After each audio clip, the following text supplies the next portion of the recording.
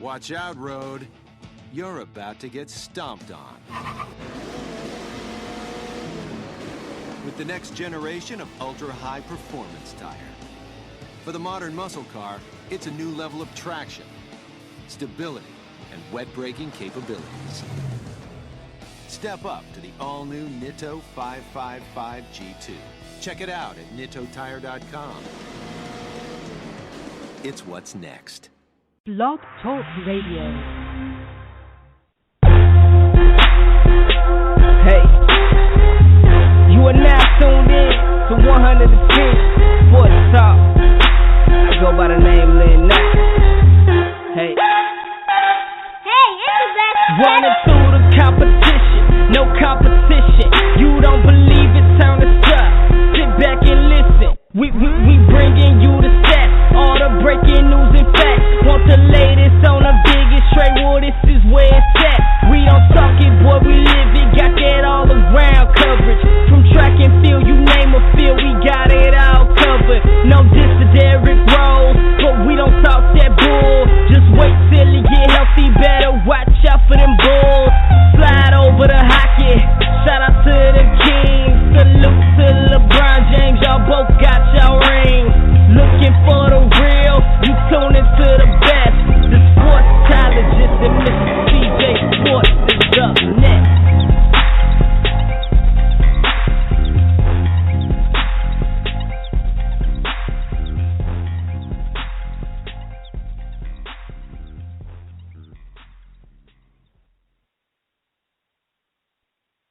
I want to welcome everybody to the 110 Nation Sports Show. I am your host, Mr. DJ Sports. Sorry, just got a little sidetracked here with this article that was released. It says people who curse have better vocabulary.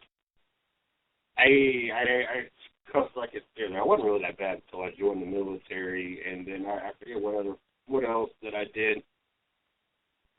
It caused me to really start having a foul mouth. I think it's the bouncing and just the language I had to hear and the language I had to use to get my point across. But I don't think that I have a better vocabulary, and I cuss with the best of them. And not that I'm proud of it, it just become everyday part of my vocabulary, which I amazed people with it because I can cuss with the best of them. But if I'm at work and there ain't nobody in there, I can be foul-mouthed it up as soon as somebody walks in. It changes a whole different tune, and there is not one single cuss word that comes out of my mouth. So I'm good at filtering when I need to filter. But, there's been a few times on the show that it's been tough with some of the stuff we talked about. It's Monday. Got some things going on. Busy weekend. We brought on a new writer. Glad to have him amongst us. I'm very excited about the new addition to the 110 Nation on the blog site. Bob Ettinger is how I'm going to pronounce it. So make sure you guys check him out. He has an article on there talking about the Carolina Panthers deserving some respect now. Make sure you guys check that out. And, wow, the Giants had a possibility of returning the punt. He tripped over on 2 feet. I tell you, a Giants team that needs this win to possibly make the playoffs. They ain't playing with too much enthusiasm here, losing 7-3 to the Miami Dolphins. Yes, the Miami Dolphins. But welcome, Ben, to the 110 Nation. Also, we got word of we're going to be having another show, so looking forward to that. I was hoping to have the new show intro before we started tonight. I'm supposed to be getting it within the hour, so hopefully by the halfway mark of the show tonight, I will have a copy of the new intro for the 110 Nation Sports Show to play for you guys exclusively first, right out the gate. Like I said, I was hoping to have it begin off the week. I didn't think about it until yesterday, so didn't get a jump on it. I got a logo coming too, so that's really cool. And we're going to get some intros for all the shows. Looking forward to that as well. To an expansion team, PG Valor in the ABA League. Possibilities of doing some stuff with them. So look at it. It's been a great busy weekend. We got a make sure to thank Chris Creighton. He's one of our co-hosts on Racing with Big Sweat on Thursday nights at 9 o'clock. He's been really hitting it hard on our social media side of the house, and I want to welcome all the new listeners. And of course, as soon as I speak, the Giants have gone all the way down to the other side of the field.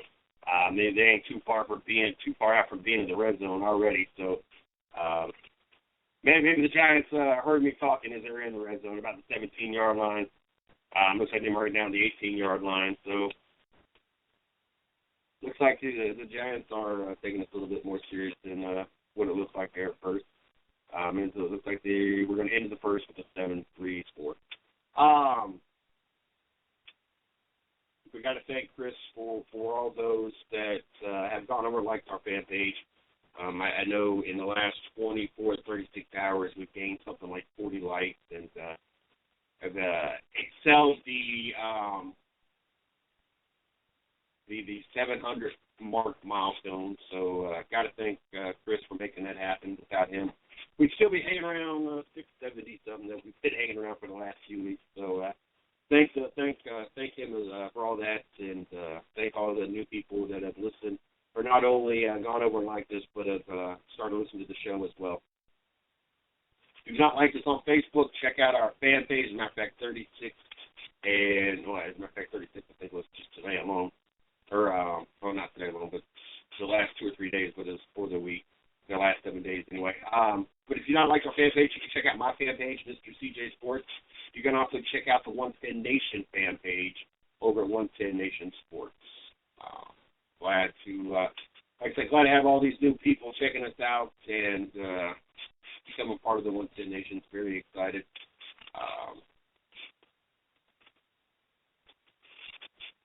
Just excited.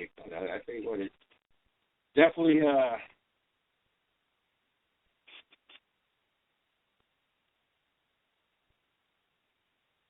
excited about everything that's gone on this weekend. Like I said, it's been that nothing happened. That was not what was supposed to not happen. Something other we go. And of course, some of these people, why did someone call me right in the show? And I don't know nobody from New York. New York. You know where they make that generic El Paso sauce, or the generic sauce. But anyway, make sure you guys like us. You can like me or follow me. You can follow me at CJ Sports 4. You can follow the 110 Nation at 110 Nation. Check out the website. I did get it updated over this weekend. I just got one more photo gallery to add, and that's the trip to Homestead. As a matter of fact, I had it added, and then all of a sudden there was a glitch, and everything, I got bumped out of the site for some reason, and when I went back in, it was all deleted.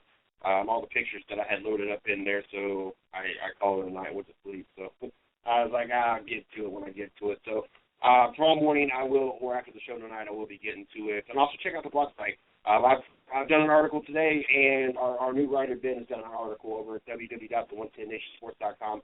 The site was www.the110nation.com. So make sure you guys check those out. Got to, once again, thank the I-95 Sports Network for letting us be a part of their network. Very excited about kicking this week off, a full fresh week with these guys as well. So got to make sure I shout out to them. Looking forward to another great week in sports. I had the opportunity to listen to some sports talk radio this weekend. You know, I tried to here and there. And, you know, honestly, a lot of mornings, especially the mornings I open, I got to go in I got to be there at 5 o'clock in the morning. And usually it's pretty dead. And the days I open is usually on the weekends, and more specifically, mainly Sundays. Saturdays are usually early mornings, not always open, it all depends, but especially even more Sundays. It's usually slow, so I usually have plenty of time to listen to stuff if I want to listen to stuff. And a lot of times I get in there and I'll start listening to either AD's channel on iHeartRadio, or more specifically lately I've been listening to AD's channel. She's got to keep me motivated, got to keep me moving. Not that the sports talk doesn't, but, it's easier to keep in the rhythm, especially since I'm the type that doesn't get to bed until 2, 3 o'clock in the morning.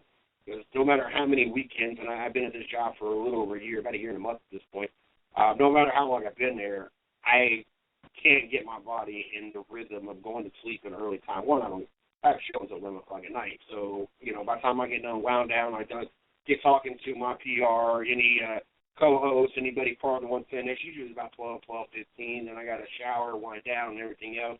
It's always 1, 2 o'clock, plus any sports I decide to watch, and anything else that we got 110 Nation related. And, usually either I'm up at 4:30 in the morning to work, or I'm up at 8 o'clock in the morning because of the kids. So, no matter how hard I try, I can't find myself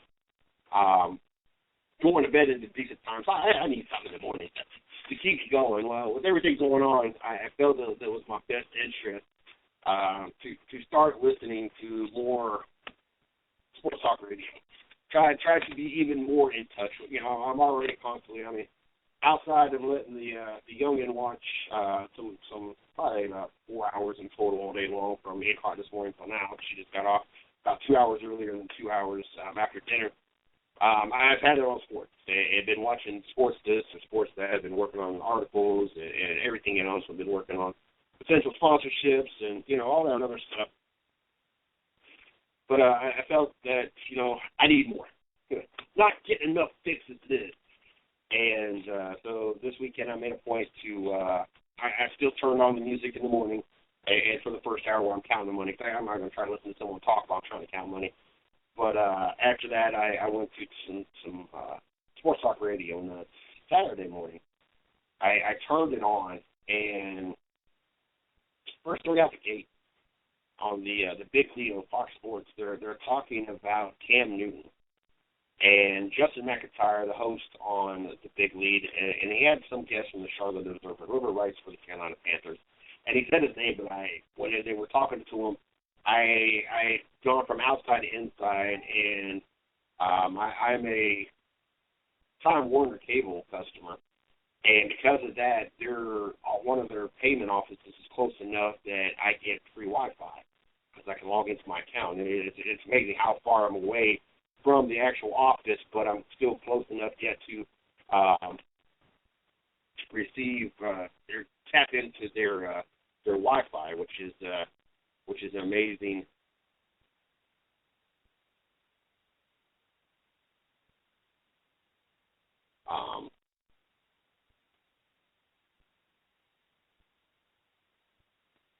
We got some good news on that too.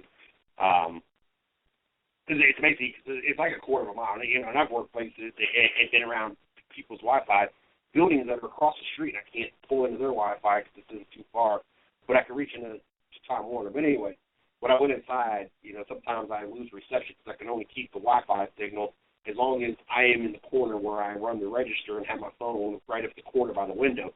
So I ended up missing the name, but I was listening to Justin McIntyre, and he, like I said, he had the Carolina Panthers writer on from the Charlotte Observer, and they were talking about Cam Newton. And I thought this was, I'm not going to say interesting, just the fact that what they were talking about, I thought it was interesting that they were talking about it, but I didn't find it to actually be interesting or anywhere close to being true. And that is, they seem to think that the people's dislike of Cam Newton has to do with race.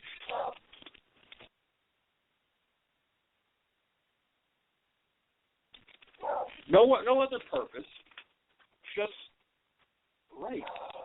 And I'm like, are you kidding me? Not the fact that he got kicked out of Florida University, or the University of Florida, for stealing a laptop and cheating, not because of the whole pay-to-play stuff that happened at Auburn.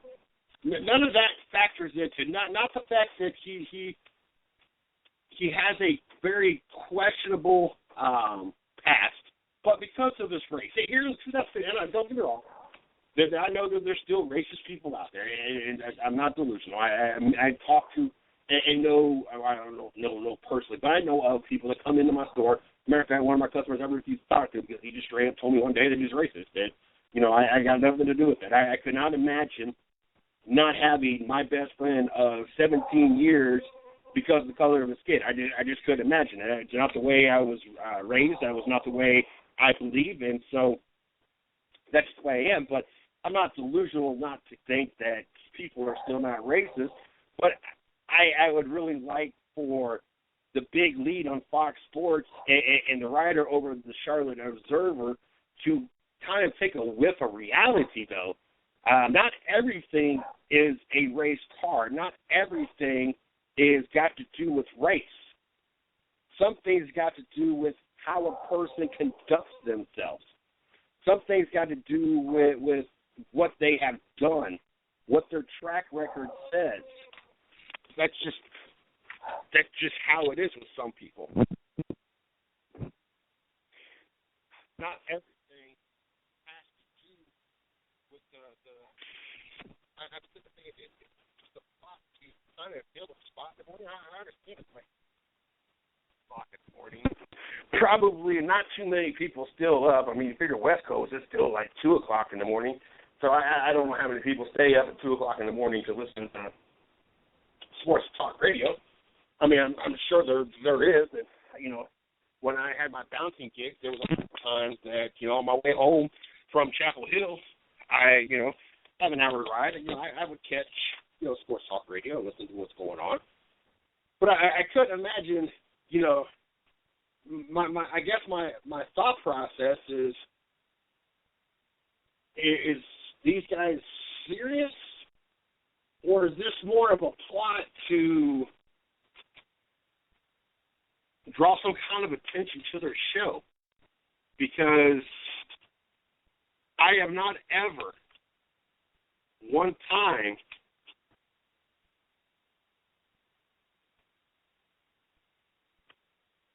heard one person ever say, you know what, I don't like Cam Newton. I don't like Cam Newton because he's black. Or I don't like those African-American quarterbacks or whatever. Nothing to those lines. If anything, I've only heard the fact that people don't care for him because of him getting kicked out of Florida for what he did. Being a thief, and Miami just scores a touchdown for an update as Miami Dolphins now go back up 14-10 on the New York Giants here in the beginning of the second quarter. But I've only heard of them talk about the fact that they don't like that he was a thief, that he cheated, or the whole pay to play, or the fact that his quarterback IQ was like one of the lowest, or the fact that he doesn't have, now it's gotten better, but there for a long time he couldn't hit the broadside of a barn if he wanted to. And that's why he had to be so mobile for so long, is because he didn't have an arm. Not an accurate arm anyway. So I have never once heard anybody say that it had to do with the color of his skin. And I'm sitting there scratching my head, and I'm outside, and I'm trying to sweep the parking lot and take care of my, morning duties. I got to go out, sweep the parking lot, wipe down stuff, and, beautify the outside. And I got to take a pause in the middle of this because I'm sitting there trying to sit there and figure out to myself, am I honestly hearing this right? Do these guys honestly believe that people don't like Cam Newton because of the color of his skin, or are they fishing? Are they fishing for the ratings? Yes, we could do away with all the ridiculous Soul Train dancing that goes on after every touchdown. If he would just simply go take a ball to the kid, and for those that have, oh my God, I've never seen Facebook blow up about some stupid story in sports so bad, and it has taken front and center attention over everything that was actually relevant in sports today, to include that once again, Pete Rose is not going to be the lifetime ban on baseball is not going to be lifted for Pete Rose. We'll talk about that a little bit more here in a little bit. But Cam Newton does not get fined for for every time he gets a killer ball. You got some Carolina fans out there that want to try to make Cam Newton look even better and try to beef up and make it, this whole MVP run and everything else, and made it seem that every time that Cam Newton has given a ball to a kid, he gets fined like $5,250, $5,250. They didn't even have a total. Like so far, he has been fined $205,000 or whatever, trying to make Cam Newton sound like this generous guy handing out $5,000 balls, and that's not even the case. He's only been fined one time, and that was the one that he funded or threw into the stands after the New England game. That was it. And so people, it was either some of them New Orleans, it might have been New Orleans, but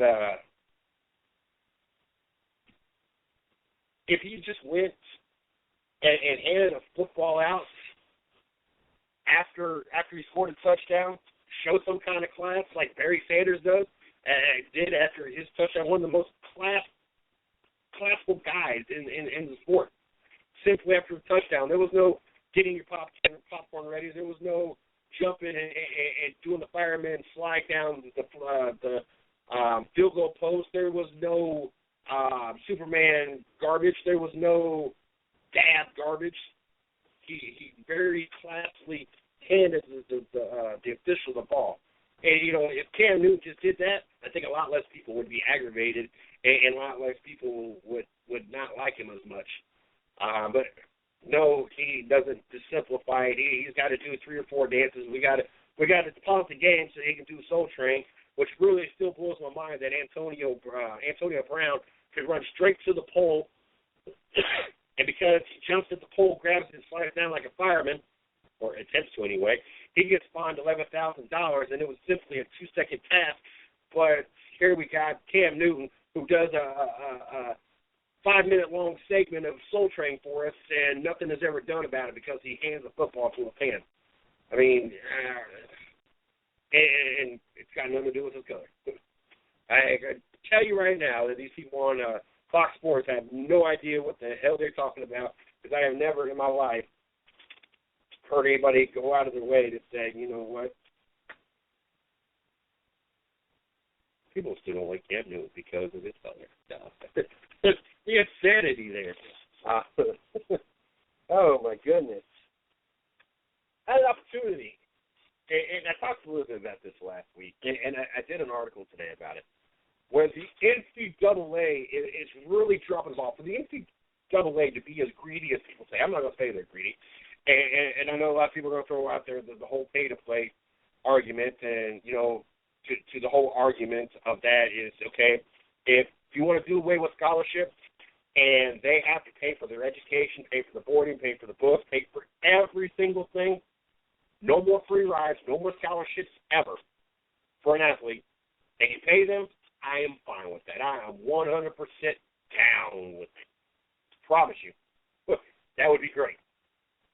I think the players would quickly regret complaining and moaning about not getting paid, because I guarantee that education that they're getting, plus their books, plus their board, plus everything else, the electricity and everything. I mean, you want to be treated like a child, you want to be treated like an adult, then that's the way it's going to be all the way around the board.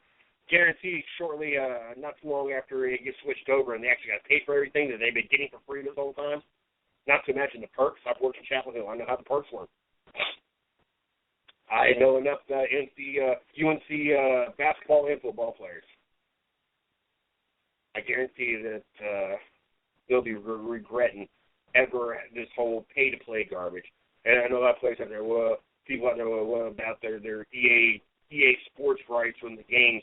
If you take all those players in each of the sports that, say basketball, and there's hundreds of basketball players on that game, and they use their likeness, they use their names, and you divide that across what EA Sports is going to get, what each game console is going to get, what the store is going to get, what Uncle Sam is going to get, what the NCAA is going to get, and anybody else in between, and then you put that little pot that's left over and divide it amongst the hundreds of players, I guarantee there is not really a bucket to piss in. But I don't understand what the plan. Same thing with jerseys, same thing with anything else. By the time everybody gets their part of it, the profit is left that these players will actually think they're fighting over. It's really not worth a pot of piss in it. I guarantee all the legal issues and everything else and everything they got to pay out to even this thought process to even become true, you're never going to see an actual profit from it. But like I said, as long as there's no more free scholarships, no more free rides, and it's treated like a job, I have no problem with paying them. But anyway, back to, because the people out there that have no idea what they're talking about think that the NCAA is greedy. I wish they would be greedy. I wish in this instance right here, they would be greedy. Instead of putting on all these BS bowl games that we're about to watch, we got about 5 days away before these bowl games, and we've already been off like 2 or 3 weeks. Outside of the Army-Navy game, we had nothing in, 2 weeks, other than some conference, Big Ten, or the conference championship games, 2 weeks ago? Pretty much been done for at least 2 weeks. Still got another week before the PS games come on, and we still got another 2 weeks before any games that really matter. The 29th is the first game that people are actually going to even care about, and it's really not even until the 31st of this month before we get into the games that mean anything. So we got a month off. This is where the NCAA needs to be greedy.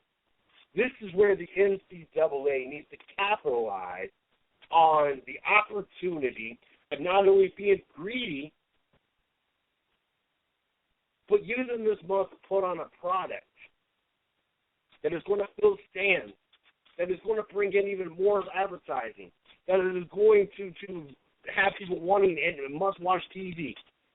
But let's picture this for a minute. Right now we got about two weeks' worth of crap games.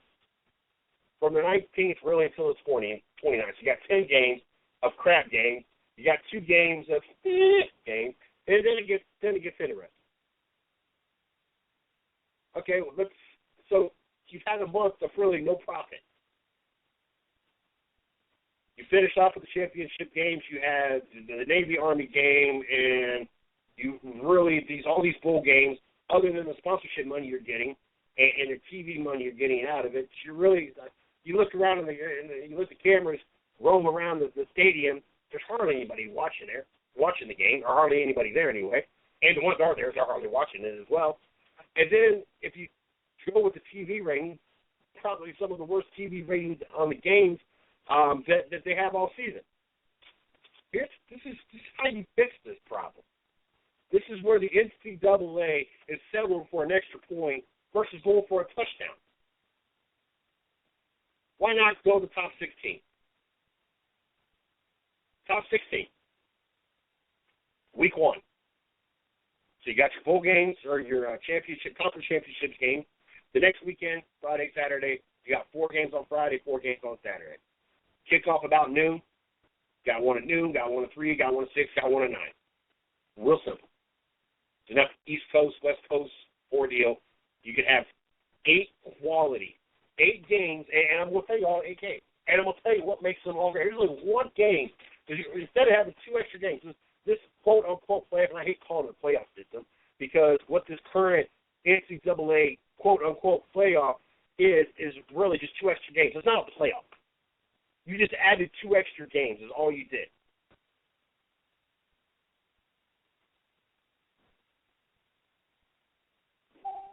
To me, a playoff is multiple games, not just 2 extra games and that's it.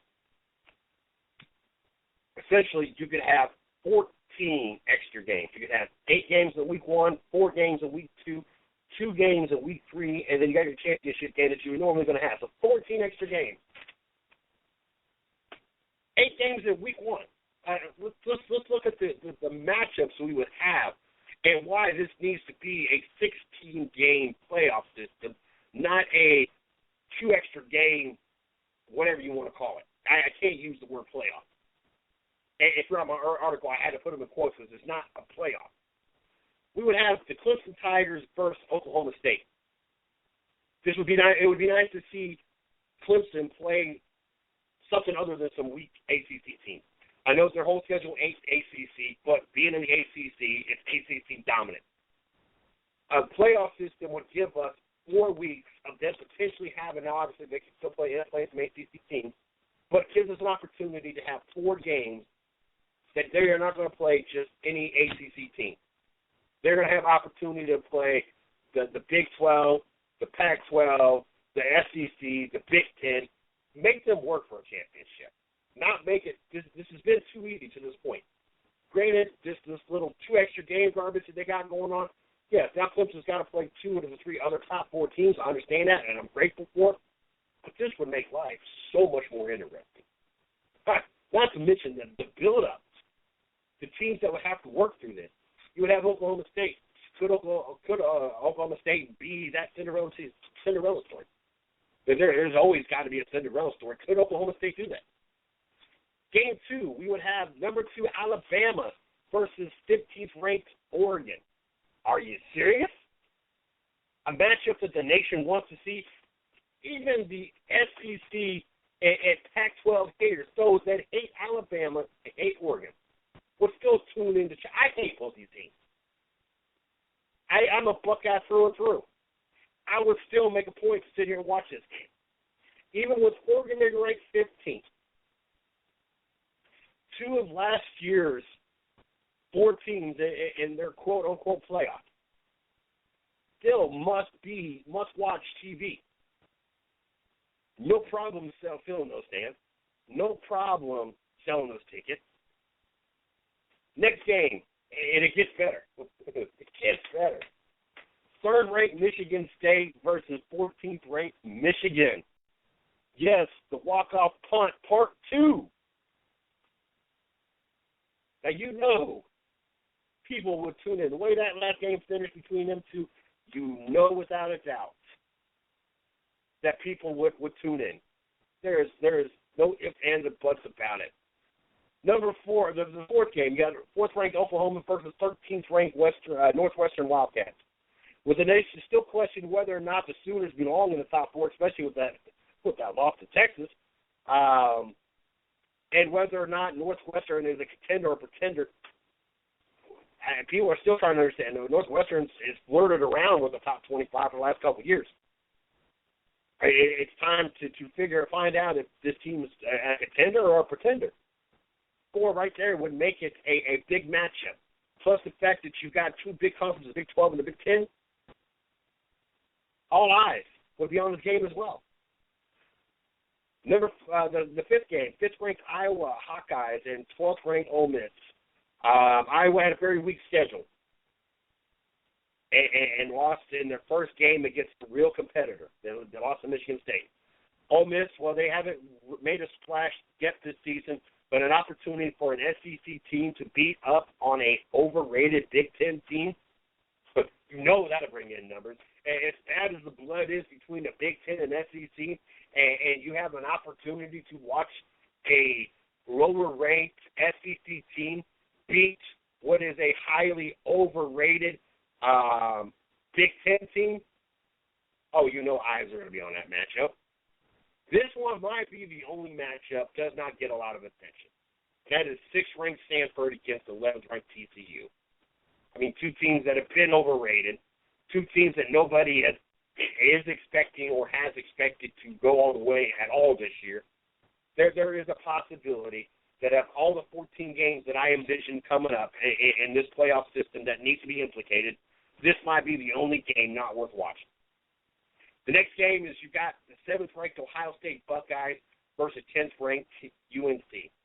With everybody constantly questioning whether or not Ohio State belonged in the top 4 all year, whether or not they struggled too much, whether or not people feel at this point whether they got snubbed out of being in the top 4. I mean, they lost 1 game to a top 7th-ranked team in the country by 3 points from the last play. How do you hold out the defending champions for that? For an overranked set of teams. Then you got UNC. Bring on the fact that ACC fans will watch to see if one of theirs can actually beat a real football team from a real conference. And then, of course, the last game we would have on this new playoff system would be 8th-ranked Notre Dame and 9th-ranked Florida State. Do I really need to go there with the history of these two schools? Their national attention over the last 3 to 5 years alone makes this a big game. So those would be your possible matchups, or would be your matchups. If the NCAA would have got this right in the first place and actually made it a playoff, not made it a let's add 2 games into 4-team schedule and we're going to call this a playoff. I mean, don't get me wrong. This now prevents teams like Florida State to have a pansy schedule, have their opponents compliant of an 81-81 record, beat a team that had no business being in the championship game. Sorry, Auburn, but it took you 2 miracle plays to get in there. So it is what it is. And win a national title.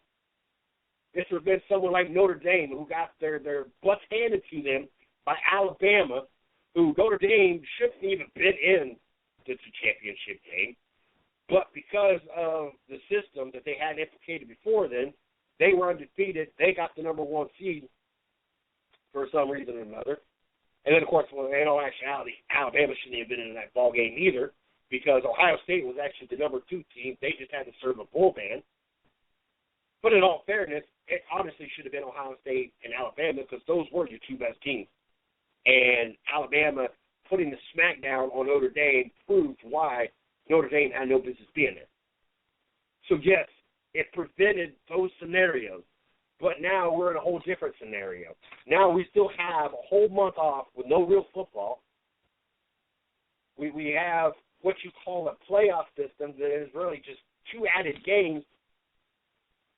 And now we're going to have to suffer through 10 days worth of meaningless bowl games that most of their family and friends are not even going to watch of the players, just so we get a college football fix. Because right now the NFL can't decide on what is a catch and what is not a catch, or what is a pass interference and what is not a pass interference, or anything else right now. That I think that's the craziest thing. The league's been around for 50 years, or we're in at least the 50th Super Bowl at this point, and we can't even decide on what a catch is anymore. And the officials are by far 100 times worse than the replacement refs we had in. And I said that exactly when that was going on. People complain about the officiating refs. What are you complaining about? The regular refs were just as bad. You just wanted something to complain about because your team lost and there's replacement officials. Not that the replacement officials were really that bad. It was just more in the national spotlight. And the Giants just turned over the ball to give Miami the ball in really good field position with about 3 minutes left until halftime. And Todd Coughlin just has the funniest facial expressions. Like, yeah, that was just like a simple handoff that just did not happen the way it was supposed to happen. Now, I do want everybody's opinion, and I would love for you guys listening to the show, if it's tonight here on the 110 Nation Sports Radio Network, or if it's tomorrow when you guys are listening to it over there on the I-95 Sports Radio Network, or if it's you guys catch it either on iTunes, Spreaker, Stitcher, SoundCloud, or later on a Blog Talk Radio in the archive. However you catch it, I would love for you guys to go over to www.the110nationsports.com. That is our blog site. Check out the article, and the article is titled, "The NCAA Settles for Extra Point Instead of Making the Touchdown." Instead of taking the touchdown. I played with this a little bit, and I'm going to give you guys how I envision the playoff system that should be implicated, how it would play out. You guys got to play with it a little bit. But I would love to get your guys' opinion on it. I would love to know how you guys feel that the games matched up. If it was the playoff system would have been done right, who would win the rounds, and who would be your national champion? I don't care if you give me who your round of 8 is. I don't care if you tell me who your round of 4 is, your championship matchup, or who your national title is. But I love the more participation on how you feel it would. Everybody want to message me at the same time. Message me and talk to me while I'm trying to answer phone calls. I don't understand that. But I would love for you guys' participation on that. So do me one. go over to www.the110nationsports.com. Like I said, check out the article, the NCAA settles extra point instead of taking touchdowns. Let me know how you would visualize this playoff system going down. And like I said, I'm really curious to know how everybody else has it. This is what I saw. I had Clemson taking out Oklahoma State. I'm sorry, I don't have a Cinderella story going right now. And I have Alabama beating Oregon. I actually have Michigan, even though they follow it, they end up losing later on for their second loss to Ohio State, and they lost badly. The bitterness of the fact that they got their butts handed to them by Ohio State, and the fact that they lost to Michigan State on the very last play of the game on a block punt, walk-off touchdown, I would put Michigan winning that game because they have a purpose. They want to make a point. And I would have Michigan actually beating Michigan State. I have Oklahoma beating Northwestern, and as great as it would be to see a Big Ten team win and continue having Big Ten teams in this, for my liking, I just think Oklahoma would win. I have Mississippi at SEC trying to prove a point about the Big Ten. Iowa not really play nobody all year long, lose to Michigan State when they actually get somebody. I just don't. I'm not sold on Iowa still. I have TCU actually beating Stanford. I think 2-loss Stanford is overrated. I don't even know where they're ranked at right now. 6. I have Ohio State over UNC. Just like Clemson had their way with UNC, I think Ohio State's equipped to do the same thing. And then I have Florida State taking out Notre Dame. I just have more confidence in the Florida State program at this point. Notre Dame has been in the national spotlight for the last couple of years, and I think it's all been for the wrong reasons, not for the fact that they've actually been that good. Then my next round, that would be the second weekend matchup. So what I'm visualizing here is, okay, we got the 16 teams, the 8 games. Okay, those meaningless games that nobody really cares about, you sprinkle those in now. You got Monday, Tuesday, Wednesday, Thursday. Sprinkle those games in.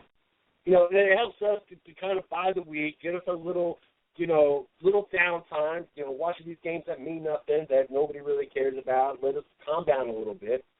And then we build up for this Clemson versus Michigan. We build up for this Alabama versus Ole Miss, the SEC matchup. We get ready for this Oklahoma versus TCU, and then Ohio State versus Florida. Second week, now we got 4 prime time. And when I made this, we still have bowl games. These are still bowl games. It's just now they are bowl games worth watching. Bowl games that are worth these advertisers, if it be Capital One Bowl, if it be Your Mama's So Fat Bowl, whatever bowl you want to call it. At least now they're getting a return in their investment. I think it's sad that these companies spend all this money and give out all this stuff to sponsor a bowl just so they can be the title sponsor, and then ain't nobody watching, ain't nobody showing up. Now at least they have, a due justice of the money they're spending. They're getting a return on their investment. Miami just scored a field goal with just under 2 minutes left in the first half, 17-10 up on the Giants. So you got 8 bowl games knocked out the first weekend. Now you sprinkle a few during the week, the cheaper sponsored, title-sponsored bowl games that mean nothing. And then now we hit 4 more prime-time bowl games. You can do 2 Friday, 2 Saturday, or you can just do them all on Saturday, however you want to do it. We still got TCU, that's your farthest out west, Oklahoma TCU. But, you still make it happen. Maybe got split up on 2 days just to make sure. Now we got 4 more bowl games worth watching, 4 more title sponsors, 4 more games that the NCAA is really going to get the best bang for their buck and get paid for. Out of those 4 games, I got Clemson beating Michigan. I got Alabama beating Ole Miss. I got Oklahoma beating TCU. I got Ohio State beating Florida State. Sprinkle in. Here we go. We got to sprinkle them in. We got to sprinkle some more of those meaningless bowl games out of the way. get settled down, get ourselves prepped for the round of 4, the Final Four, whatever you want to call it. Now you're starting to get those bigger sponsored games in there, those bowl games that really matter. Because now you're down to Clemson versus Ohio State, and now you're down to Oklahoma versus Alabama versus Oklahoma. So now you got 4 primetime bowl games that everybody's going to want to watch. Everybody's going to watch whether or not Clemson can beat the defending champ and who's really the better two. Because honestly, I think this is what this year comes down to anyway, is Alabama or Oklahoma in most people's eyes.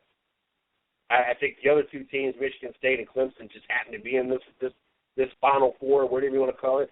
But let's be honest, I think most people in the nation, if you're looking at Alabama or Oklahoma to win the ball. We get our 2 winners. We got 2 teams left. We sprinkled the last of the most meaningless but meaningful of the meaningless bowl games.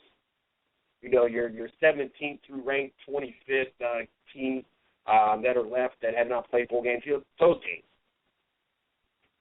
Get those sprinkled in leading up to the national title game, which I would have featured Clemson versus Alabama.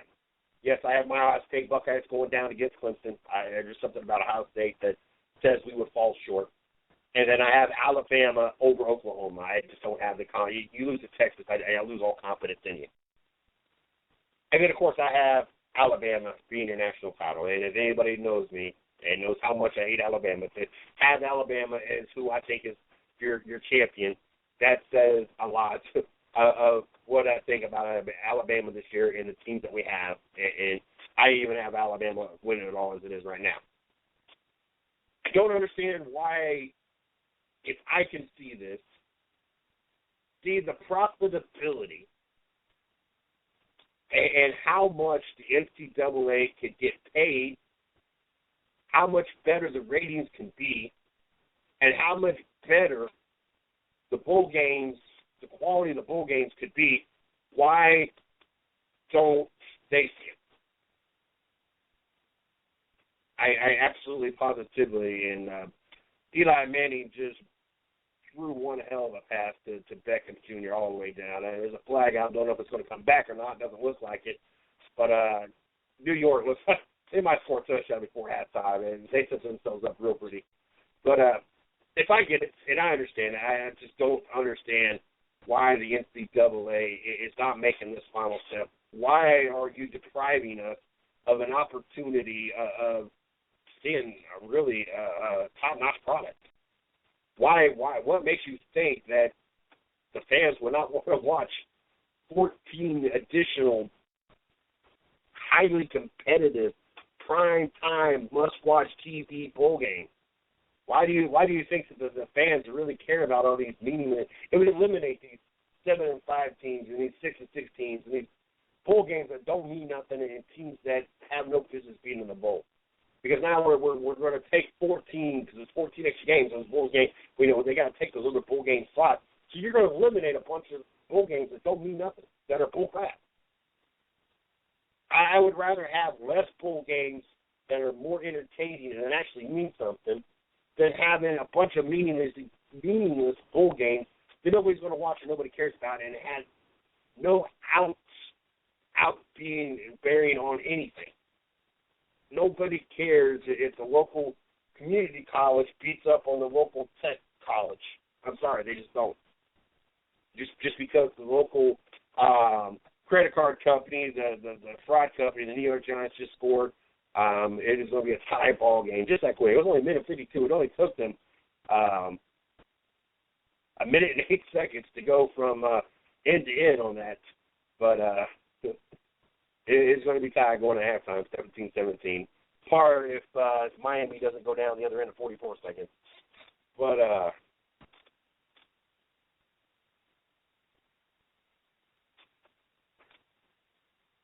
I would rather watch a bunch of quality bowl games or have less meaningless games and more quality games than to have more meaningless games just so every college should be in a bowl game. I'm also a firm believer if you don't win at least 75% of your games, I don't feel you should be rewarded with a bowl game anyway. You can't at least go 8-4. I'm sorry, but I don't believe in the participation trophy. Let's put it that way. And essentially, when you give teams that go 6-6 or 7-5, you're kind of giving them a participation trophy by allowing them to be in a bowl game by not while not doing anything to earn that. I'm sorry, just because you win half your games, that doesn't make it so that you should be in a bowl game. It just doesn't. Speaking of needing to make it meaningless or meaningful, let's talk about the Cleveland Browns and the San Francisco 49ers. There was still tickets. Well, obviously there were still tickets. There was plenty of tickets. But there was tickets going for $18 a seat. That's when you know that you need to start making some serious changes to your NFL franchise. If you have tickets on sale for $18 a ticket, or $18 a seat.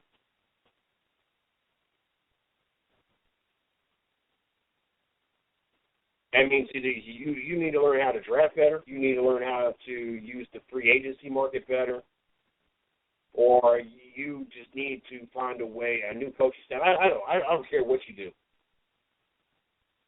But when you suck so bad that two of the most historic franchises, 6 Super Bowls for the San Francisco 49ers, we got about 6 or 8 championships for the Cleveland Browns. When you have some of the greats who ever played the game, Joe Montana, Jerry Rice, Roger Craig, Jim Brown, Kevin Mack, when you have some of the greatest names to ever play the sport, play for these franchises, and you can't sell tickets, and you're selling tickets for $18 a pop, that lets you know that you are definitely dropping the ball. You're dropping the ball worse than the NCAA is dropping the ball in this whole playoff system. There is no excuse that your franchise sucks so bad that you basically need to give out free tickets. I mean, that's basically what it comes down to. You're basically trying to get seats, the butts in the seat, to show some kind of support to a team that is looking to be the number 1 draft pick. Now, obviously, putting Johnny Manziel in ain't helping your situation, though, because he won you a football game. He helped you beat the San Francisco 49ers. I'm not going to say he put on a clinic or doesn't, but obviously performs at a better level than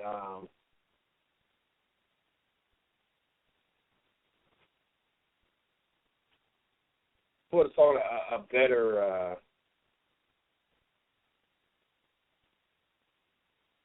performance than Austin Miles or even, Austin Davis or Josh McCown. So it was weird to see the Cleveland Browns in the winning end of a football game. It ain't been happening so much as of lately. It's been rather disappointing in multiple ways.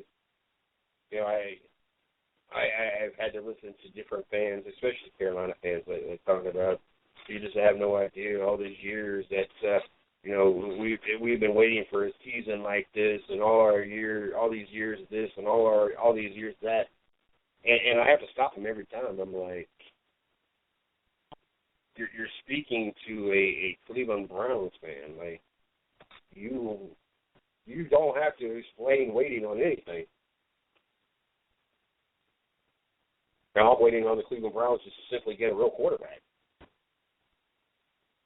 Simply waiting for the NFL or the Cleveland Browns to have a quarterback that actually is the quarterback throughout one whole contract. And not just a contract for a year or two, like an actual contract.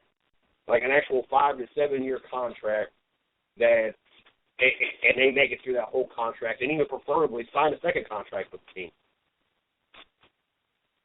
I couldn't even tell you how far back before we've actually had.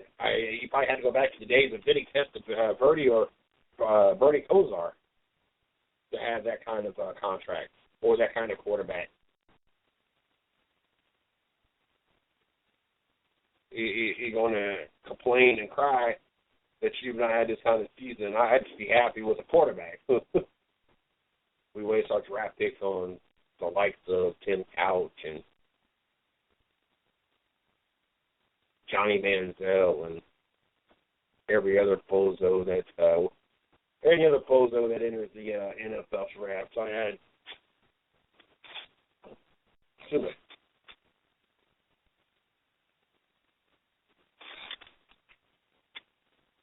I want to thank everybody for tuning in to the One Ten Nation Sports Show. It's hard to believe 1 hour now, 1 hour to go.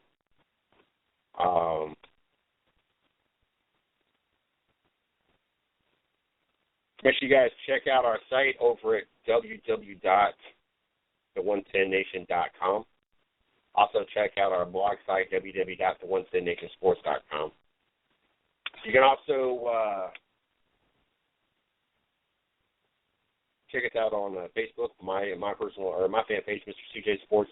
You can check out the 110 Nation fan page, 110 Nation Sports. Also, check me out on Twitter. You can find me at CJ Sports 1. Follow the 110 Nation at 110 Nation. Don't forget, we are on Monday through Friday, 9 o'clock. Yes, the 110 Nation Sports Show has extended its schedule. Was Monday through Wednesday. We went to Monday through Friday last week, and looking forward to continue that schedule. Also, you can check out the 110 Nation Morning Show, 8 a.m. every weekday morning at 8 a.m. Yes, I got to remind myself, 8 a.m. It is such an early time. And I know I get up almost every morning by that time, but I'm not having to get up and actually think and talk and everything else. Usually I get up, feed kids, and kind of watch some TV and slowly get my day rolling. Not actually have to be motivated. Got racing with Big Sweat at 9 o'clock Thursday nights. Got a really big show coming up the first week of January. As a matter of fact, we got the world's youngest race car driver. Phenomenal story. They'll be calling us from Italy. So make sure I think January 7th is the date on the show. I will confirm that date, but I think January 7th. Definitely a show you guys got to check out. For those that don't normally catch Racing with Big Sweat on Thursday night. Golden State over the weekend. Lost. I know it's not a word that they lost. Streak came to an end. I know it's kind of weird. Sadly enough, most people got it right. Most people knew what day it was going to be. It was following. It was part of a 7-game road skit. Second of 2 back-to-back nights, and it was already projected that would be the night. But then you also throw in the fact that the night before they went into double overtime to beat the Boston Celtics. Yes, the Golden State Warriors lost to the Milwaukee Bucks. And not really that close of a match. It was like 108 to 95. It wasn't even really close. What gets me about it is, of course, you got the Milwaukee Bucks feeling really good about themselves. We beat that team. We stopped that historic run.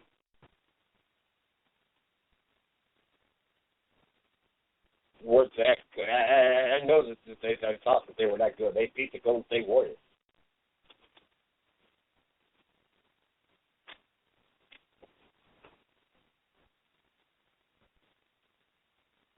Poor Milwaukee Bucks.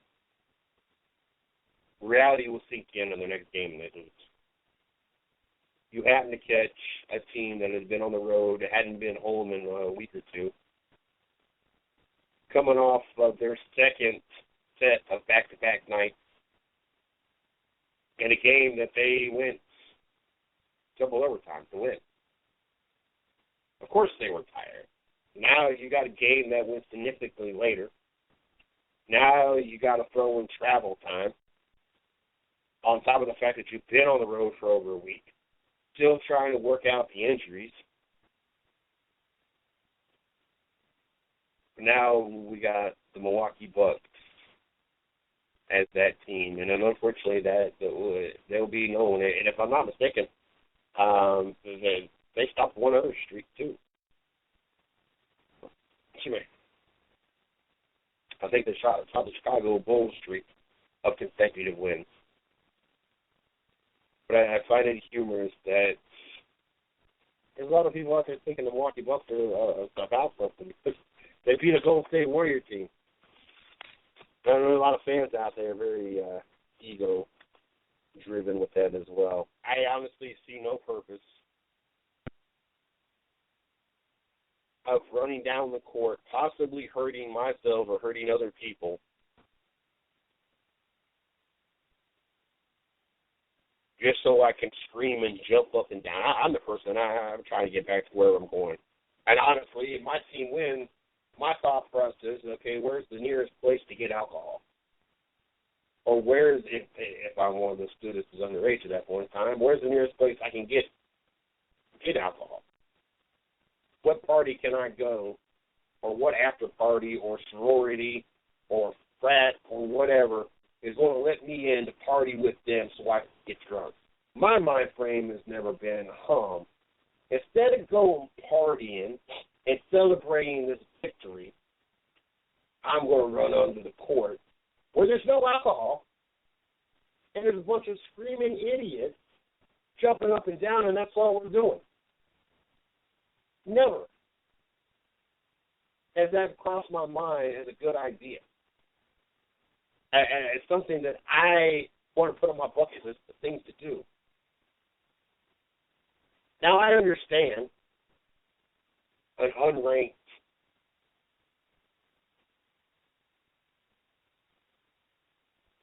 Iowa team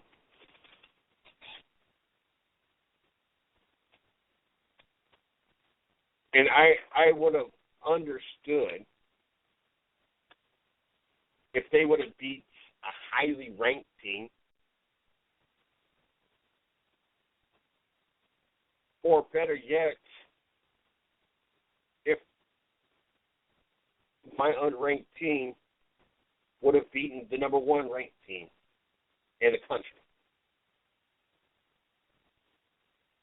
Then would make more sense. But that's not the case at all.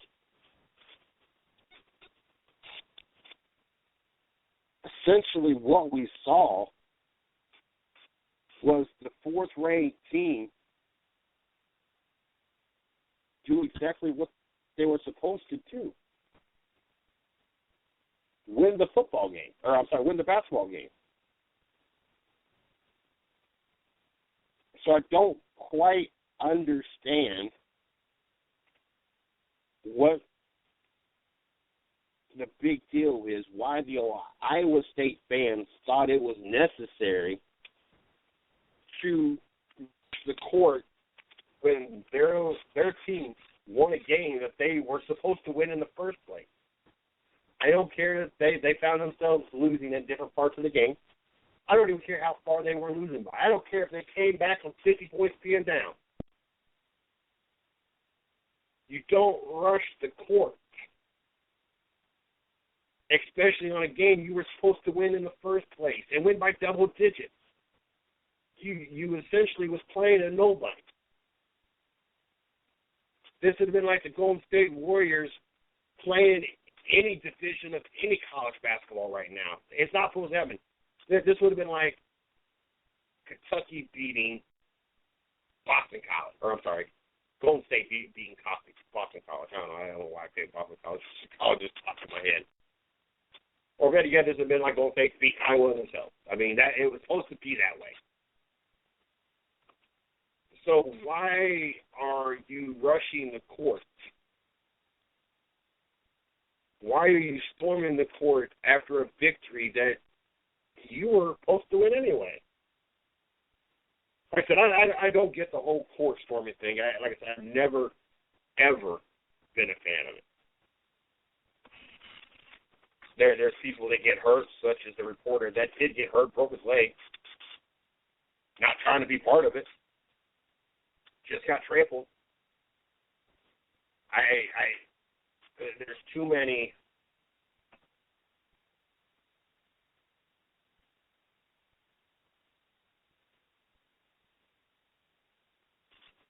There's too many possibilities that could happen. There's too many people that get hurt doing this.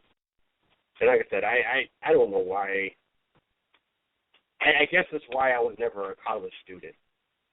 I guess I don't have the time or the patience for it. I guess that's why I don't rush to go back to work at Chapel Hill or Durham. I don't have the patience for all the college ignorance. And it's funny, it's where you're supposed to go for that higher education. But in most cases, you wonder if they had any education at all at this point. You have no idea. I could tell you stories for days of the stupid stuff that I have seen at different clubs in different frat houses that I have worked in the Chapel Hill, Durham area.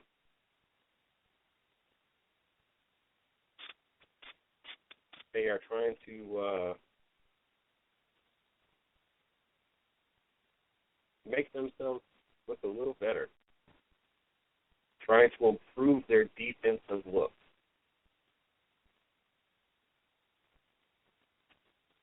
Looks like they want to play some serious football next year.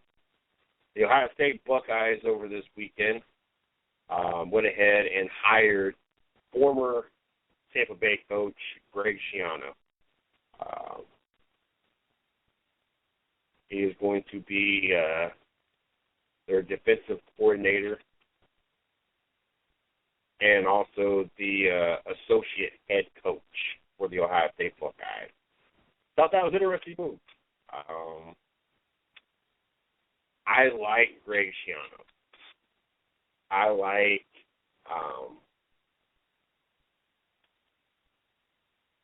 his no-quit attitude. I know there was a lot of people that didn't like the fact that he had Tampa Bay out there trying to hit the quarterback and trying to cause a fumble when the opposition, I want to say, was the Dallas Cowboys in that particular incident, was in victory formation. There's a reason why that clock winds down all the way to 0. The game is not over until that clock reaches 0. And I would want my team to try their hardest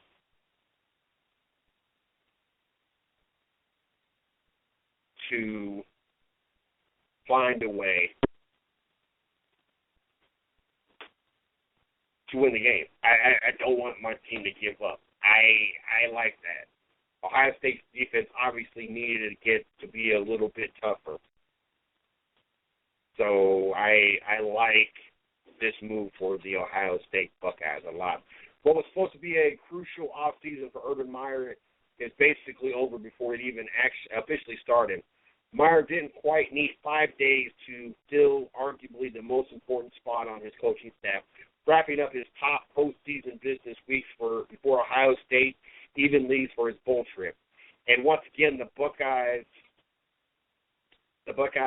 coach left little doubt about his recruiting ability with his home run hiring of former Rutgers coach and former Tampa Bay Buccaneers head coach Greg Schiano as his new co-defensive coordinator.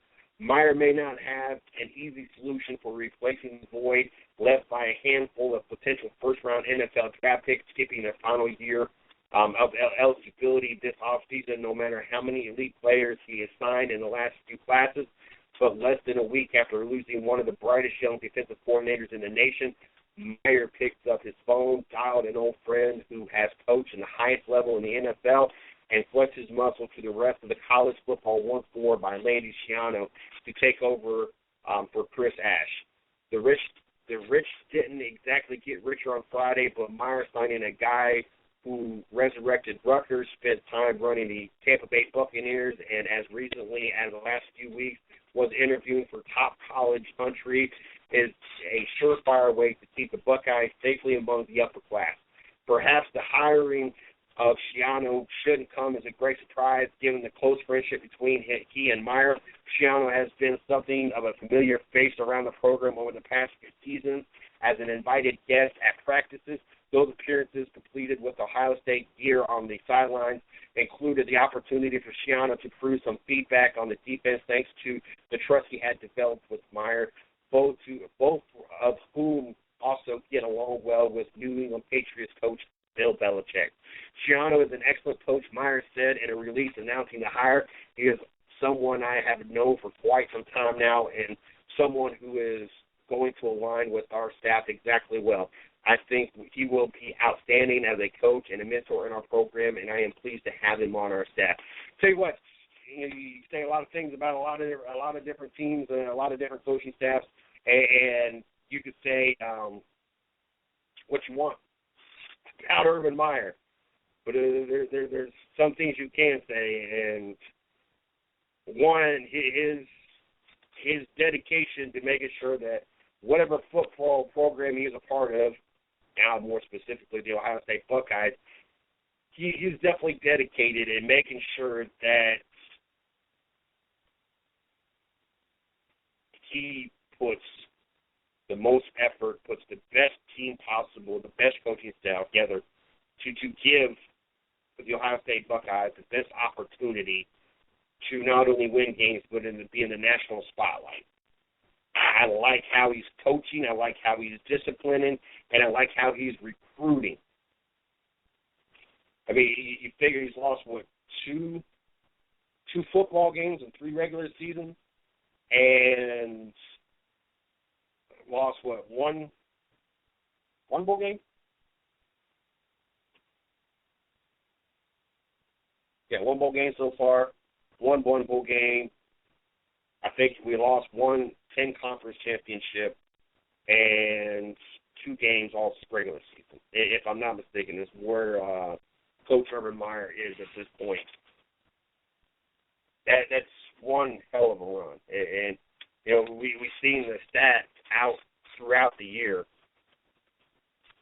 on him being the all-time winningest coach in college history. Winning, I want to say, somewhere around the 90% mark. Just a phenomenal coaching record and path that Urban Meyer has been able to do throughout his career with Florida and Ohio State alone.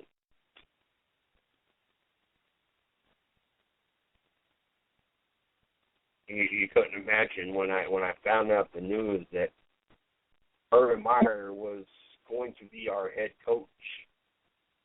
I mean, I knew this a year before it even happened. I had inside information. I mean, 49-4. Like I said, that gives you the 2 losses in the regular season, the Big Ten Conference Championship, and the 1 bowl loss. Is your 4 losses as the Ohio State coach. But 153-27 is career record, and 9-2 in bowl games. I mean, that essentially that tells you everything you need to know about Urban Meyer. And of course, you got a lot of people out there that obviously are going to hate, and rightfully so. I mean, I'm not gonna lie. When he was coaching for 85% success rate. But when he was coaching for Florida, as anti-C as I am, I was not a big fan of Urban Meyer or anything to do with the SEC. But it's always great once he is your head coach. Early years coaching for Bowling Green, and also coaching for Utah before he finally landed his job at Florida. So, born in Toledo, Ohio. Obviously, if he wanted to make his way back to Ohio State, and more specifically Ohio State. But I tell you what, adding that piece. As Ohio State's coach, 12-0, 12-2, 14-1, and 11-1. Like I said, that was 2 regular seasons, one Big Ten, the conference title, and then the 1 bowl game. So can't add 4 seasons. My bad, I said 3 seasons. 4 seasons, 4 losses of 4 seasons, and those 2 of them are only 2 more regular seasons. So you can't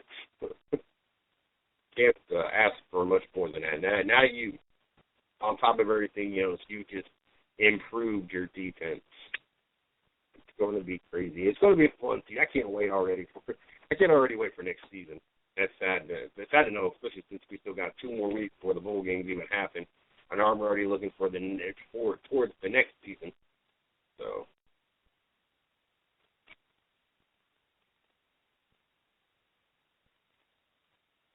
Derrick Henry is your Heisman Trophy winner. I figured I would throw it out there.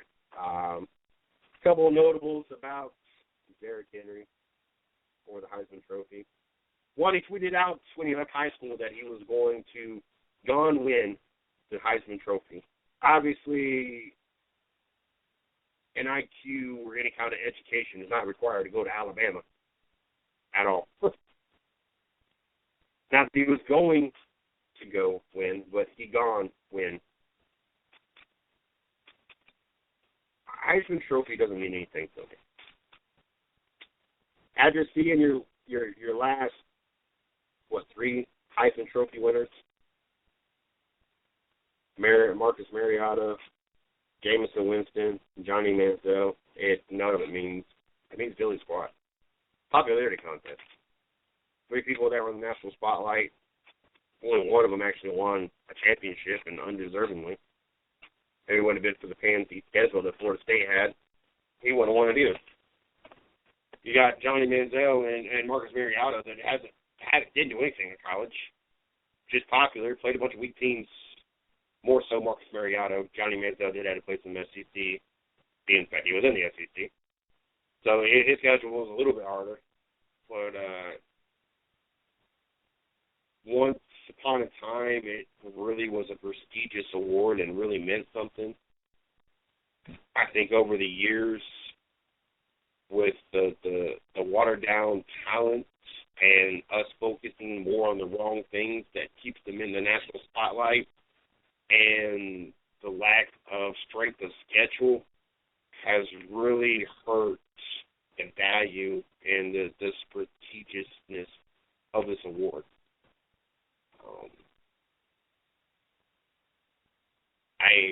Once upon a time would keep up with it. I once upon a time, wanted to know who was in the running, who won the award. Now, it's not that really that important because I know that it really carries the weight and it really means nothing to me.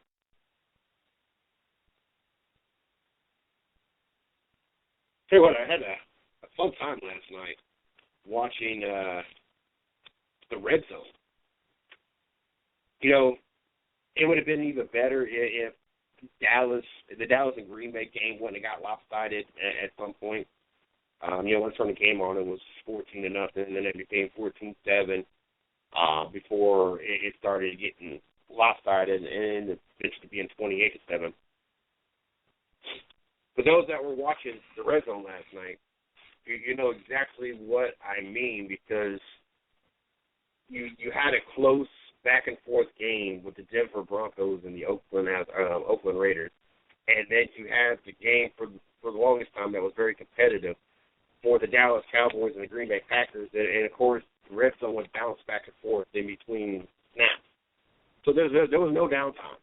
There was no timeout. There was no commercials. There was none of that. As soon as you got to watch one play, they flipped over, and you got to get built into the momentum of the game going on and listen to the crowd and the noise. And it was insanely loud. And you would watch that play, and just when everybody calmed down, you're switching back over to the other game. And they're hyped, and they're cheering. Because now They were getting ready to have the other game, the ball being snapped. And it kept going back and forth. And I'm like, I'm trying to get stuff done. I'm trying to get things knocked out last night. And next thing you know, I'm finding myself here just chilling, watching this go back and forth. And as soon as I find myself, okay, it's done, it switches over. I'm like, oh, let me watch this play. And I get drawn all into it and get hyped into the crowd noise, and then watch the play, and I'm like, all right. And they switch. I'm like, oh, hold on. And I tell you what, I wish that we could have more competitive games like we did last night, and they duplicate that. It'd be back and forth, and the games be back and forth. I tell you what, it's very, very seldom that I get the opportunity to do that. And last night was one of those nights because the fact that the Oakland-Denver game was so close, 15-12, and because for the most part that Dallas-Green Bay was close until it started getting out of hand, had that opportunity, and it was great. Like I couldn't ask for a more exciting opportunity and a better way to sit there and try to watch two games. Like I said, there was no downtime, no commercials, none of that garbage. So it was strictly pow, pow, pow, pow, and it was great. It was exciting, and I'm just glad that I had turned it on, had the opportunity to watch it, and I can't wait till next week, and hopefully we got some late games that will provide some entertainment for us as well. But yeah, it was exciting last night. I definitely like that. I've talked on this topic before, and I'm going to briefly talk on it because there's been breaking news today. But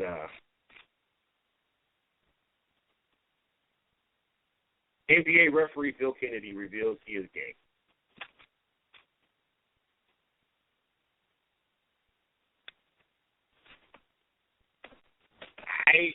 I have many gay friends. I have nothing against homosexuality, but you do in your house is your business. I don't care that religion that has guys that can have 20 wives. I have never been married. I don't know if I'm ready to deal with just one wife, let alone having multiple wives. And I know what it is to have. Right now I have raised 4 kids. I have one that is 17 that is from a relationship that I'm over 2 years removed from, but I still have that bond, that connection. I helped raise her for the last 15 years. I had my son who was 9 years old. And then there's a 5-year-old and a 4-year-old in the current relationship that I've been in on just short of 2 years. I have my hands full with just 4 kids, 2 of them being part-time, 2 of them being full-time. I couldn't imagine living in one of those compounds or houses or whatever you want to call them, cults, whatever, that not only do you have a crap ton of wives, but you got even more litters of kids. I don't care. If you do it, it's none of my business. Why in professional sports does everybody feel that everybody's sexual business is everybody's? Well, I'm not going to say that. Why does everybody feel in the sporting world that homosexual sex life is everybody's business? We don't sit there and talk about, hey, so-and-so dates only white girls. Hey, so-and-so only marries black women. So-and-so has six baby mamas. So-and-so has 15. We don't blur all this other business out there. Does it really make a difference if Bill Kennedy is gay or not? Does that change how the calls have been made? Does that change how he is supposed to be refereeing the game? I don't. I've talked about this before.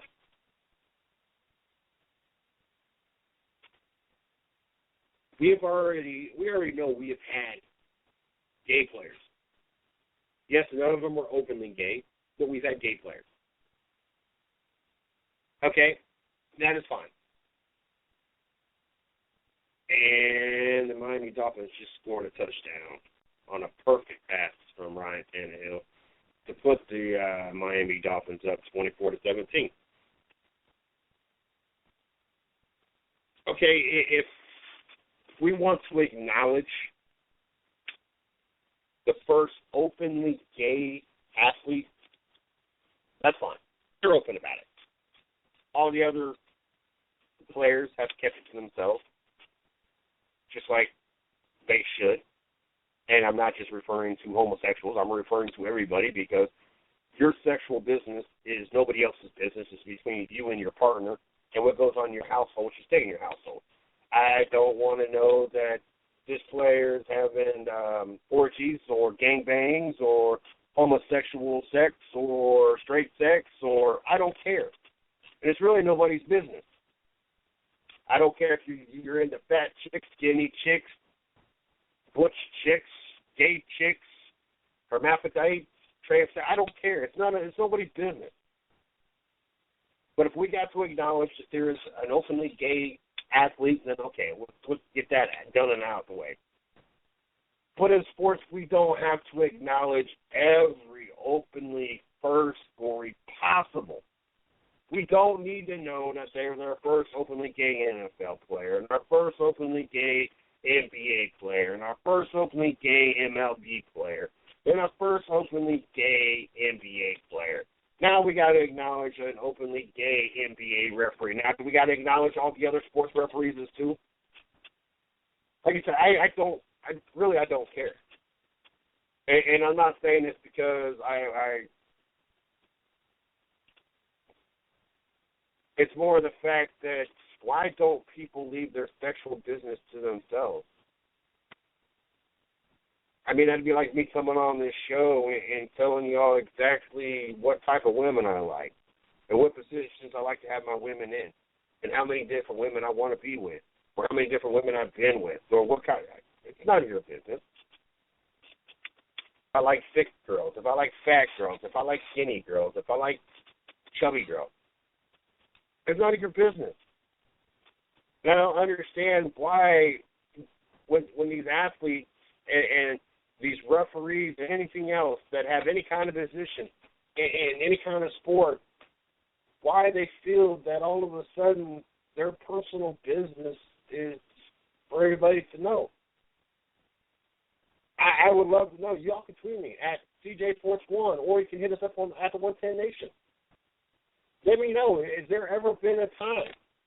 I mean, I know there's a couple guys out there that would like to know if certain athletes are available. I mean, I can imagine how many people, if I say, if you ever care about anybody's available, you know, what their relationship status is. I'm sure athletes like Hope Solo or Alex Morgan, Ronda Rousey, and for females and even gay guys out there, I'm sure that they got a bunch of different guy athletes. We can talk about David Beckham. I don't know which guys all the females or homosexual guys think is cute, but yes, I'm sure if I threw that question out there, I would get some answers like that. Yes, I'd like to know if Alex Morgan is available. I would want to know her status. But in all seriousness, when was the last time any of y'all sat around and wondered, I wonder if LeBron James is gay or straight? I wonder if Cam Newton has a closet that he keeps locked. And yes, there's a reference coming up closet. I guarantee you, ain't nobody sat there and wondered that. And I don't get it why, one, in the sporting world, because it doesn't happen anywhere else. We don't have our first openly gay CEO of a top 500 business. We don't have our first openly gay CEO of a cell phone company and of a car company and of a credit card. This don't happen in any other facet of life. So I don't get it why in the sporting world this privacy, your sexual and relationship information, no longer do these athletes keep quiet about and keep private. They shout it out and let everybody know. And I understand that I'm gay and proud and I'm going to let everybody know whatever. like I said, it's not anything against homosexuality. I have multiple friends. I don't care. I have stayed over at some gay dudes' houses before. Like, I don't really care. I am very, in the whole reference of, I don't know what guys, gay guys or females think athletes are pretty. You know, me and Shorty sit around, and if a dude is a pretty boy, I will say he's a pretty boy. I am very comfortable with my sexuality. I know that I am as straight as they come, so I don't care. I can make those kind of comments because I'm very comfortable. I know I've heard people say different things about different things I've done. I'm like, look, the only reason you got an issue with it is you're insecure about your sexuality. I am comfortable with my sexuality. I am fine 100%. I know what is going on, what is not going to ever happen, so I can say what I want to say. I'm comfortable with it. I don't care. It blows my mind that, one, no longer is that whole part of a person's life private once they get into sports. And most of the time, I don't think there's been a single time anybody's been outed. They brought it out themselves. Was like someone was, oh, that guy's gay. Oh, look, he's trying to hide it. No, if these people come out and openly admit to it. Like I said, I'm not saying there's anything wrong with it, but it's nobody's business. It's only your business. If people see you with pictures and this, that, and the other, okay, so what? Then you answer the question. And it's really still nobody's business. Really got no questions to answer. But on top of that, I just don't get it why we got to have our openly first for every single sport, and then now every position in sports. Like I said, we don't have this in any other business in life. We don't have the same discussion about the CEOs of the world, or the presidents of the world, or any other position for that matter. Not that anybody cares about the local hamburger flipper down at the local McDonald's, whether or not he's gay or not. I mean, I'm just trying to use, big names and positions that, we would actually hear about. I don't get it. I don't understand what the obsession is in America that we got to make it our life's business to tell everybody our personal business. Absolutely makes no sense to me at all. Trust me, I have not had the most adventurous life. Yes, I've been overseas. Yes, I spent a year in the combination of Bosnia, Croatia, and Hungary. I have had, my fair share of experience. I have had a whole different level of experience in the current relationship I'm in.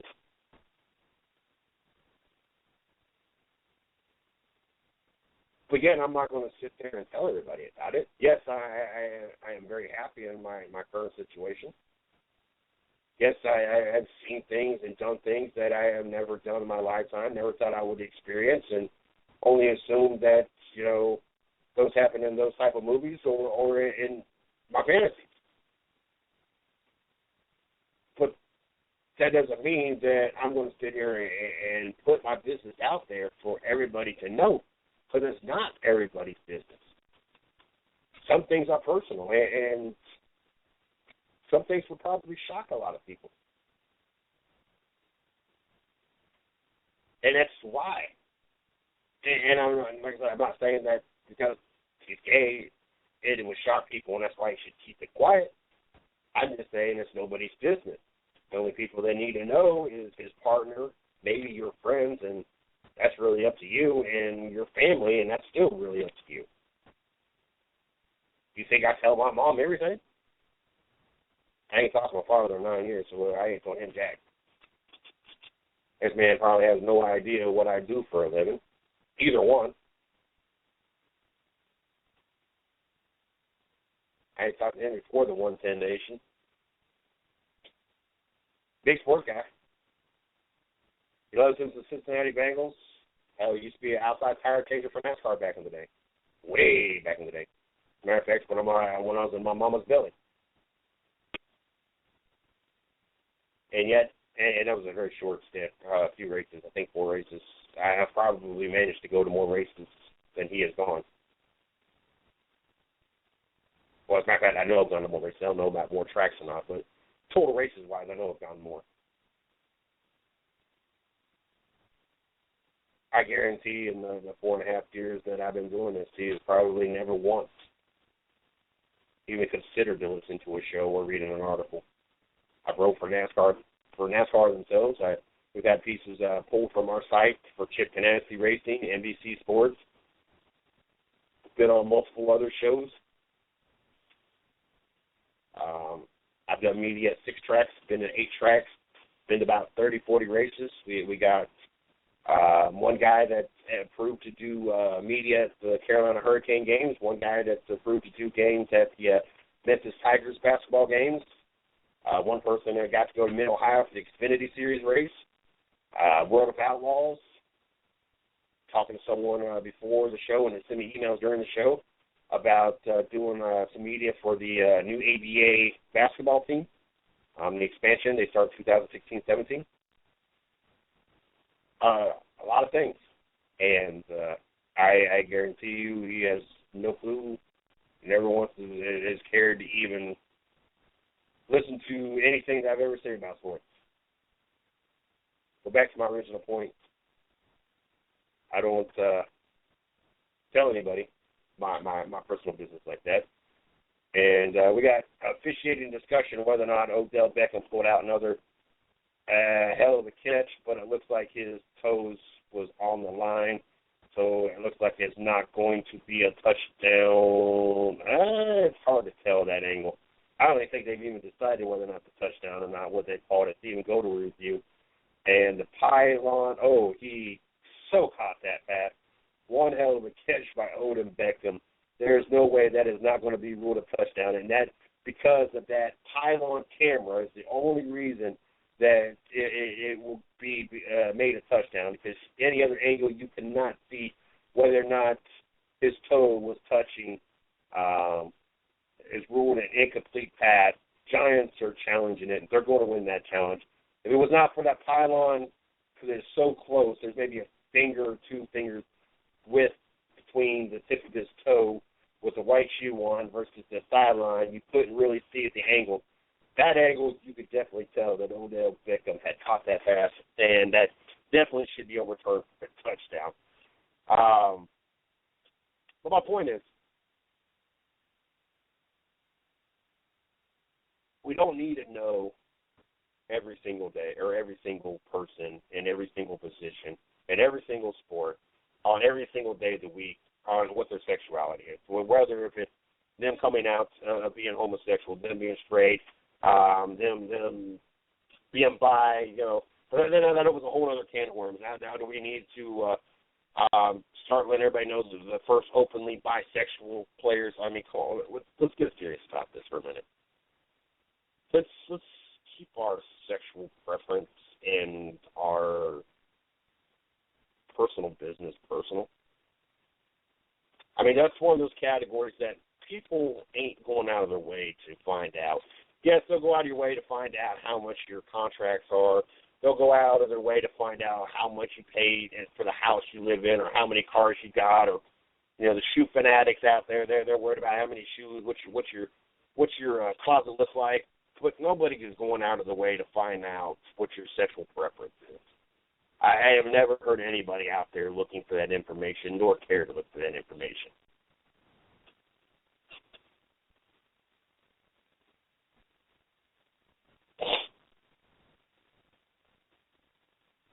Bill Kennedy, one of the NBA's top referees, has revealed he is gay.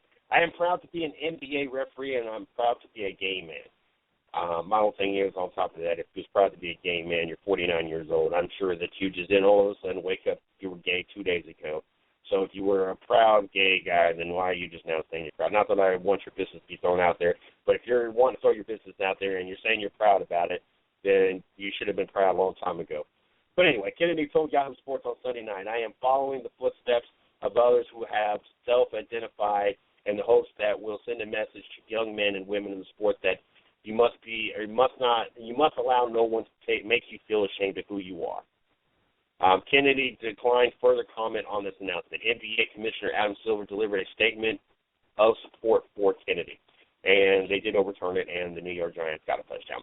I wholeheartedly support Bill's decision to live his life proudly and openly, Silver told Yahoo Sports in a statement. Throughout his 18-year career in the league, Bill has excelled as a referee because of his passion, dedication, and courage. Those qualities will continue to serve him well both as a game official and as a positive influence for others.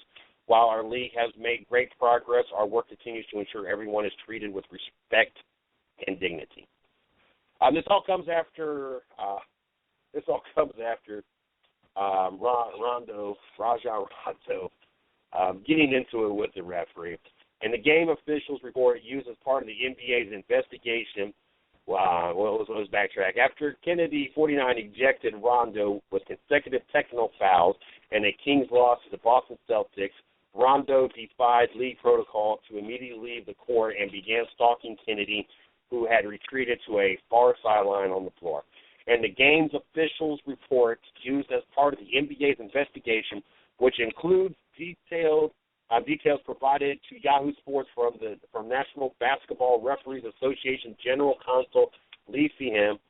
Kennedy and fellow referee Ben Taylor described Rondo's post-ejection diatribe as including the statements, "You mother effing faggot, you're a effing faggot, Billy."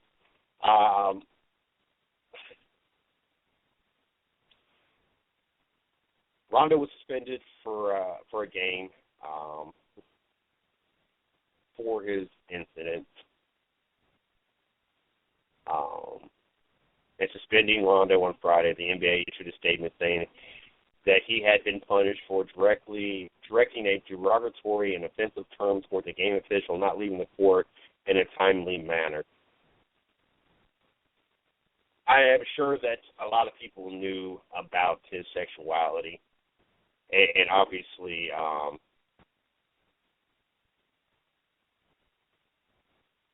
Rondo was one of them.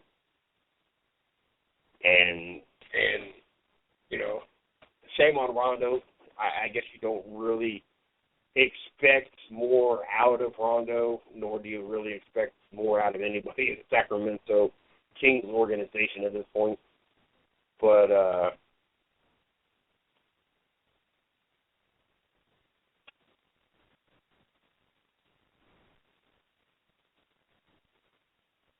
you obviously, I don't know how much truer that rings. You can give them the best opportunity in education, which obviously he didn't soak it all in when he went to Kentucky. And obviously you can give him multi-millions of dollars. I think they said he made $9.5 million this year to play basketball. Ignorance is ignorance. And, shame on Rondo, and certain things just shouldn't be said. But, like I said, I don't care to know everybody's sexual preference and what they do on a nightly basis. And I really wish that we could get past this. We don't identify everybody and their sexual preferences. Like I said, we don't sit there and say this is the first openly married guy to a blonde, a first openly married guy to a black woman, a first openly married interracial couple, first openly in the sports. So we don't need to have our openly first gay in every sports and every position. We already got our first openly gay athlete. It even more so. We've already had gay athletes. This is kind of a dead horse that we're beating here. And all it does is unfortunately bring more attention to the sport for a reason that is non-sports related. And this is honestly why most people turn to sports, is to get away from the ignorance of the world. And all the sporting world is doing with all this stuff is just putting the ignorance right back in our face. So, refs, don't do that.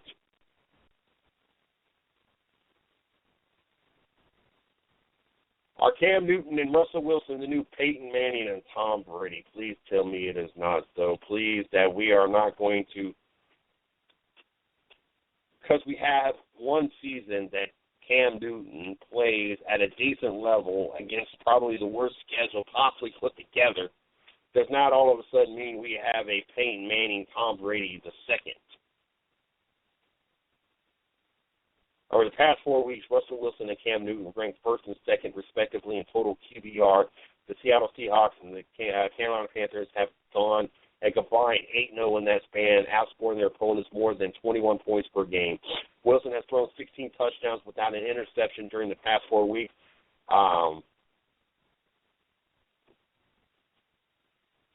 According to Elias, he was one of 3 quarterbacks in NFL history to throw for at least 16 touchdowns and no interceptions in a 4-game span in a single season. The other 2 quarterbacks was Brady and Manning, who accomplished the feat during the same season in which they broke passing touchdown record. Wilson's total QBR of 95 is the best of the 3 during their respective 4-game stretches. Newton has thrown a touchdown on a slightly less than 11% of his pass attempts in his past 4 games, nearly doubling his touchdown percentage from his first 9 games. During the past month, Newton and Wilson have each thrown for 5 touchdown passes in one game on 2 occasions, according to Elias. This marks the 3rd season in NFL history in which multiple quarterbacks had multiple games of 5 passing touchdowns. The other 2 seasons where that happened in 2011, Drew Brees and Matthew Stafford, and 2004, Manning and Culpepper. Stretching the field, we go on many different things. It's too early to sit there and try to say that this is our new version of Tom Brady and Peyton Manning. Honestly, it's kind of a smack in the face and really an insult to Tom Brady and Peyton Manning. I can't believe that's almost just as ignorant as saying that people don't like Cam Newton because of his race, not because of the ignorant stuff he does. Speaking of ignorant stuff, and before we jump into that, I do want to give you guys the rundown of yesterday's games for those that missed any games before we get into this last topic of the night.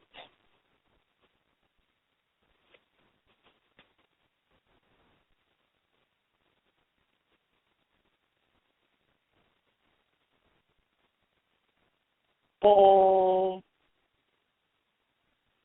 I hope cheerio. Well, I'm getting this loaded up. Make sure you guys check us out on Twitter. You can follow me, or you can follow me right the first time. At CJ Sports 1, you can follow the 110 Nation at 110 Nation.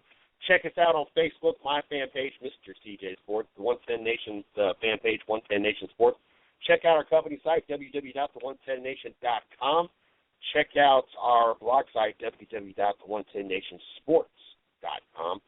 Don't forget, we are on iTunes, Spreaker, Stitcher, SoundCloud, PTR. We're also heard on the I-95 Sports Network. Got multiple ways to make sure you guys are able to catch the show. I want to make sure that there is no doubt that you got a way to check out the show. Also, if you're not following us on the Spreaker platform, and especially if you're new to the listening audience and haven't heard this yet. Like I said, we're on multiple platforms: Stitcher, iTunes, BTR. Like I said, you can also catch us on the I-95 Sports Network. But more specifically, the Spreaker platform. Between all the different platforms, social media, website, and now thanks to the I-95 Sports Network, we're reaching, contacting, followed, whatever, everything combined. We're getting in the upper numbers of a couple 100,000 on a monthly basis, and actually surpassing a couple 100,000. We got 47 people out of those couple 100,000 that are going to hear this show, that are following us on Facebook or Twitter, liking us on Facebook, going to check out our site, going to check out whatever the case may be. But only 47 have gone over and followed us on Spreaker. Why this is a big deal to us. Once we hit 100 follows on the Spreaker platform, we can then start the process of getting our network put on the iHeartRadio network. And that couple 100,000 will now jump up to at least a couple million. iHeartRadio having one of the biggest apps you could possibly put on your computer, iPad, phone, whatever the case may be. 47 out of a couple 100,000 people that we have the possibility of reaching. It takes you literally 15 to 30 seconds. Doesn't cost you anything other than that 15 to 30 seconds. If you have a Spreaker account, all you got to do is just sign in, look up the 110 Nation Sports Radio Network, follow them. That's it. Oh, they took exception to him plowing over Eli Manning as there was about to be a scuffle in the middle, and there was a lot of pushing. Took exception to that. Didn't like number 97 Phillips for the Miami Dolphins putting out Eli Manning on the ground. But if you don't have an account, to sign up for an account, all you got to do is just use your Facebook, just like you do for any other thing that you sign up for. And I know almost everybody does it because it's easy. You don't have to remember nothing. You don't have to fill out nothing. All you got to do is just sign in as Facebook. It takes you maybe 30 seconds to sign in under Facebook. They will send you one email to let you know that you signed up, and go find the 110 Nation Sports Radio Network and follow. So 15 seconds if you already got an account, 30 seconds at most if you ain't got an account. Do us a favor, go over and do that. Help us continue to grow.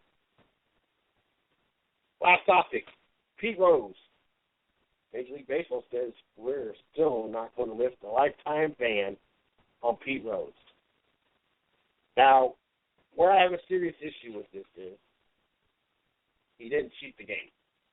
Yes, he was unethical, and he was unethical what he did while he ran the Cincinnati Reds, while he was their head coach, manager, whatever his position was. Betting on baseball games, very unethical. Not cheating, unethical. We still have A-Rod playing Major League Baseball, who openly admitted that he cheated for years while he played at Texas by taking PEDs, lied to our faces and said he doesn't do it no more, and they kind of find out he was still doing it when the whole Bolco stuff came out, and he was getting the stuff as recently as a few years ago. There is not a lifetime ban on him, or Matt Braun, or Mark McGwire, or Sammy Sosa, anybody else that has either been caught or openly admitted to cheating the game. But we have somebody that has been unethical, not cheated the game, and you got a lifetime ban on him. Now, for those out there that want me, didn't notice I didn't throw Barry Bonds' name in there, and for those that I've seen in the argument talking about Barry Bonds, you got to remember, even though we all know in the back of our mind that there is no doubt that Barry Bonds took something, he has never been proven to take anything. So therefore, you can't throw him into this argument. Much as you want to, and as much as you would probably be right, he was never proven of taking anything. Never admitted to taking anything. And the New York Giants just missed the field goal with about 30 seconds left in the third to keep the game 24-24. I understand that Pete Rose only has himself to blame on this. His gambling issue got the best of him, got him in trouble. Baseball won't ever pardon Pete Rose, not formally from its office above Park Avenue, and certainly not in time for him to get to glory in the absolution. He is 74 years old, which means, among other things, he won't see many more commissioners, headline or otherwise. The current commissioner, Rob Manfred, said Monday he had rejected Pete Rose's application for reinstatement. There'll be no more talk of clemency for a long time, if ever again. Pete's on one hell of a losing streak. I just have an issue. If you want to ban Pete Rose, lifetime ban from the sport, okay, I'm fine with it. It was unethical what he did, and there's rules against it. But if you're going to do that, then you've got to put a lifetime ban on those players that you caught or has openly admitted to cheating the game. Not just saying, hey, we're not going to let you in the Hall of Fame, but a lifetime ban, just like you put on Pete Rose. And they're not even saying that he's banned. The players that have been busted, not even banned from being in the Hall of Fame, because nobody's going to vote him in. They're not banned from it. So if you're going to ban Pete Rose, which, it is what it is. I'm not here to, because he broke a rule that he knew he couldn't break. All I'm saying is there are more severe crimes going on in Major League Baseball, and you're going to punish one for a misdemeanor, then you need to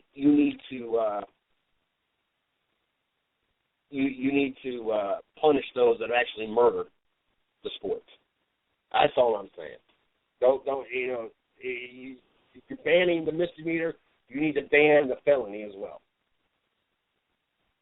The sport has caught a lot of hell over the last 20 years over steroids, and gambling by one manager is not ruined the sport, and it's really an afterthought and didn't do any damage when it happened.